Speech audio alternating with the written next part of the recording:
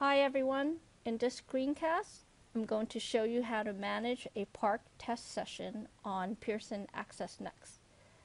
My name is Tracy Espiritu. If you have any questions in regards to this video, you could email me anytime. Now we'll go through what a testing day scenario will look like. Just like our traditional testing, you'll go to the testing room to pick up your testing materials. Among your testing materials, you'll have secured items such as a stack of student tickets and also a sheet of seal codes. I'll talk more about the seal codes in a little while. You'll return to your testing site, arrange the students in assigned seats, plug in the headphones and mice to the student devices.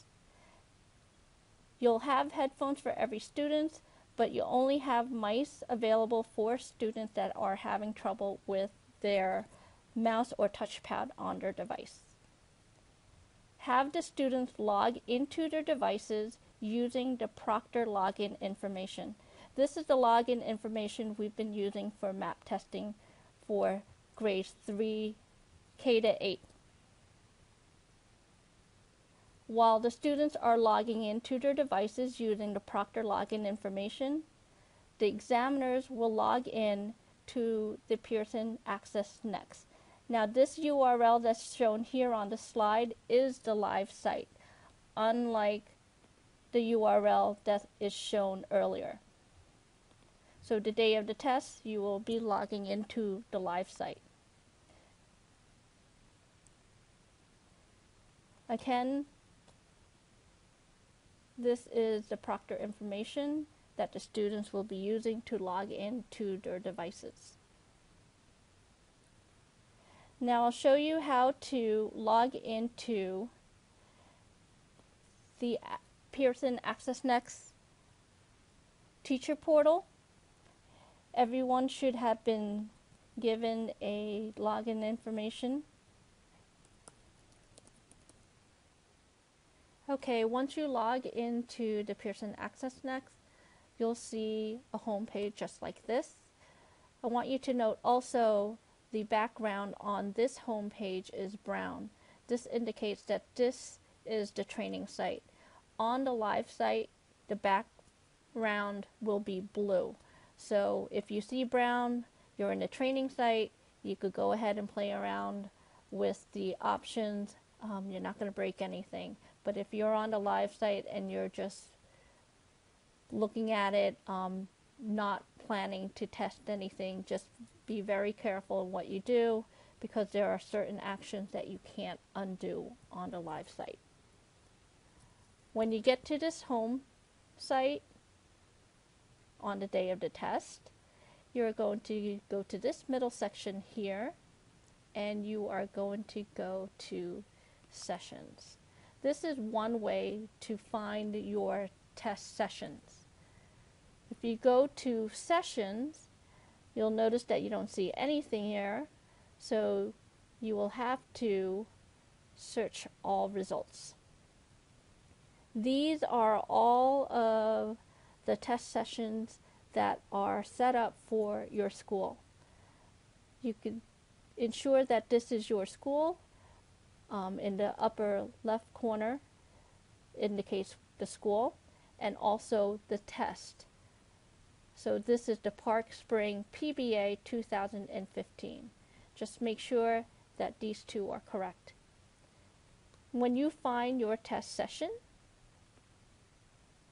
you could click on it, select it, and you are going to go up to here where it says tasks. There's a drop-down menu, and in blue where it says show students in sessions and control sessions, click that, and that will take you to another page.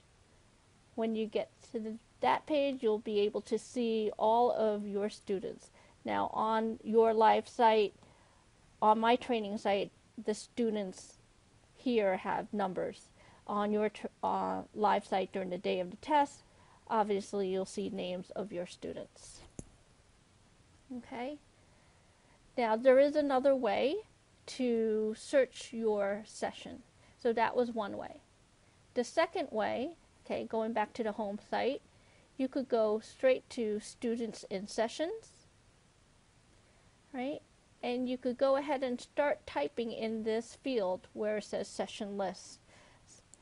Once you start typing, you'll see some of the search results. I'm looking for a particular one. So select this one, okay? And if you have more than one session, you can look for all of those sessions. You can have more than one sessions in one site, and you could toggle between those sessions to manage them. As you toggle in between, you could see the students and their statuses of each of the sessions. You could also do a combined view, and that pretty much lists all of the students in all of the sessions that you have managing. Okay.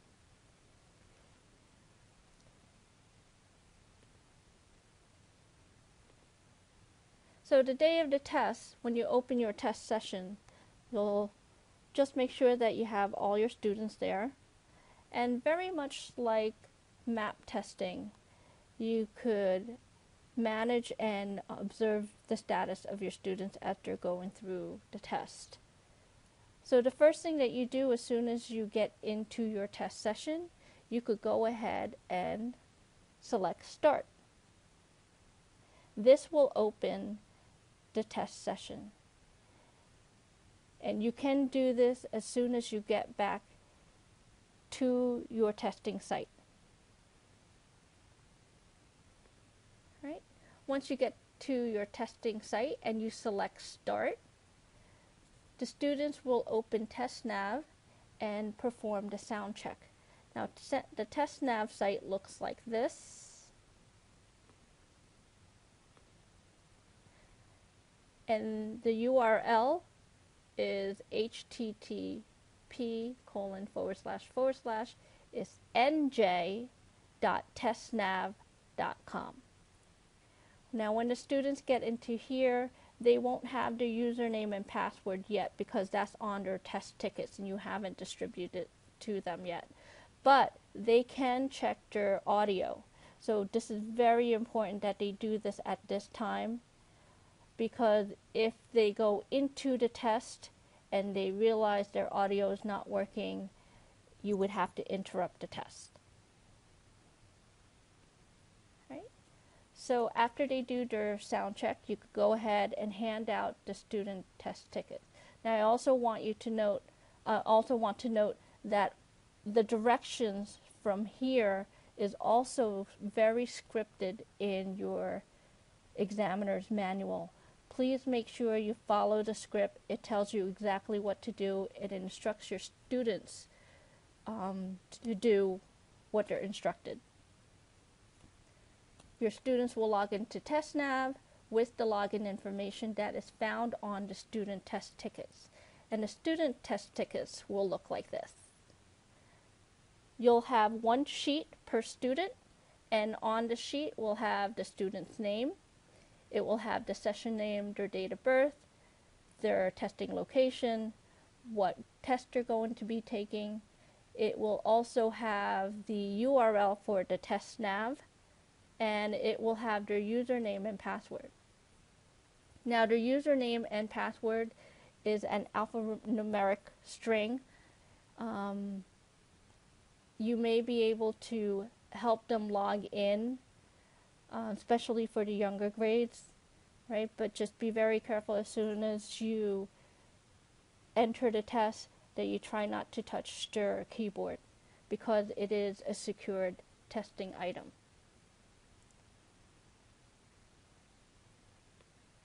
Okay.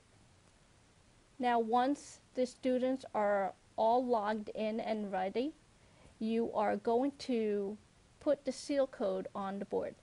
Right? And this is what actually starts the test, is the seal code. And the seal code is pretty much like the seal in the paper test, where the students had to break the seal into different sections of the test with the end of their pencil. So the seal code opens that section of the test electronically. And the seal codes look something like this. You'll have a paper copy. I'm just showing you an electronic copy for the screencast. So the examiner will have a paper copy of this where it shows the session name, the test, and the different seal codes. Now we're only going to be testing one section each day, so you're only going to be using one seal code per day. So this is for section 1, and then this is section 2 and section 3.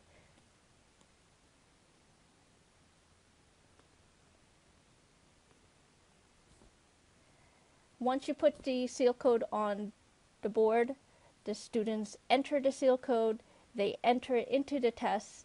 They could go ahead and start taking the test, and as the examiner, note the time because that is your start time. When all of the students are done testing or time has expired, you'll follow the steps in the script, again, that's in your testing manual, to close out the unit or close out the section. And that is actually done in this way, and this is just right from the examiner's manual. You'll say stop working, and on the student screen, the students will have to do this. They'll select review, select end section, select continue, yes, log out of TestNav. They'll be following that list of directions even if they did not finish all the questions in that section, right? As the examiner on your testing portal, do not select stop or mark test complete. You don't have to do anything on your end at that point. It's only the student that will close out the section. As the examiner, what you'll just need to do is log out. Right? Okay, so that's assuming everything goes smoothly. So what happens when there's an interruption to the test? How do you resume a test? So in the case of an interruption, loss of connectivity or Wi-Fi, or the student gets kicked out either from the browser or the device, or if the student intentionally shuts down the device, how to resume a test. Now on your Pearson Access Next, right, take you to this site. So here's one session where I have a student that has exited.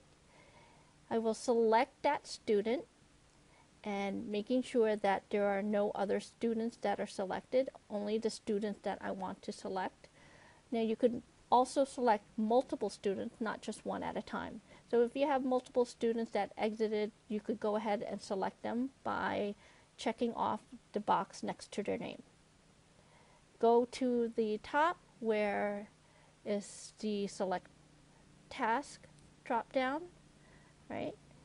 Click on that the gray bar and that will open up the drop down menu, and you're going to select resume student test.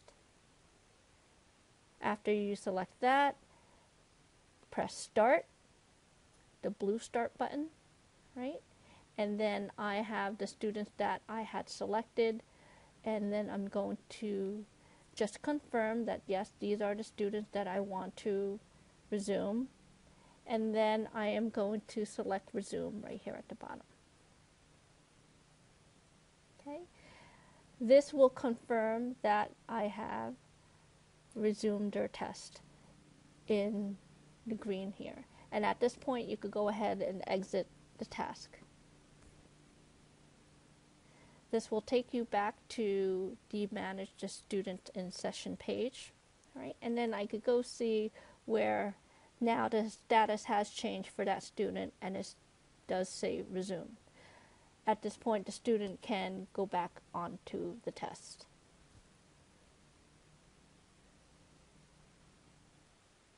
One thing I like to mention about refreshing the screen If you're familiar with map testing, the NWEA teacher portal automatically refreshes the screen so that the student status are always up to date.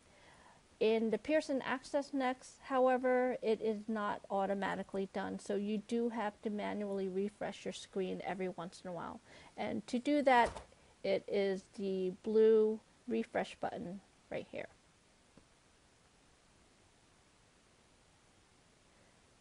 Right? One more scenario and task that you'll need to know as the examiner. Students who complete previous sections of the test, and as I mentioned earlier, the students will be taking the section of a test per day. So they're completing a section of the test a day. And if they close that section correctly, following the instructions that you give them in the scripted instruction that's located in your examiner's manual, the TestNav site will automatically have them ready to take the next section of the test the next time they log in. But there are students that are absent and they may have missed the section of a test. So they may have missed day 1 and the rest of your class is going to be taking day 2. Or you have students that didn't complete the section due to an interruption, and they need to make it up at another time, or they didn't close out the last section correctly. So in those cases, you as the examiner or the coordinator will need to activate or open up the section that they were going to be taking that day. All right, and I would recommend that you do this at the end of the section. So if after day 1 you know that you have 3 or 4 students that are absent, get it ready for the next day, assuming that they're going to show up the next day. And this is how you do that. So on the site, right, before you log out, and let's assume that you're going to take the next section tomorrow, say day 2 or section 2 of the test, and these students were out. So I'm going to select them because I know TestNav is going to assume that they're going to take day 1, but I don't want them to take day 1. I want them to take day 2 or section 2 of the test along with the rest of the class. So I'm going to select those students, go to select task, click on set section start, and this option will open up the section that I select. Start, press the start button, the blue start button, and this will open up my confirmation window. Yes, these are the students that were absent in day 1 of the test, but I want to make sure that they can take day 2 of the test along with their class. So I'll select those students, and I will select Unit 2 or Section 2. Even though they missed Unit 1, I want them to be able to take Unit 2 with the rest of the class. And I'm also going to select this. It says the same section for all students in that session. And I'm going to save it.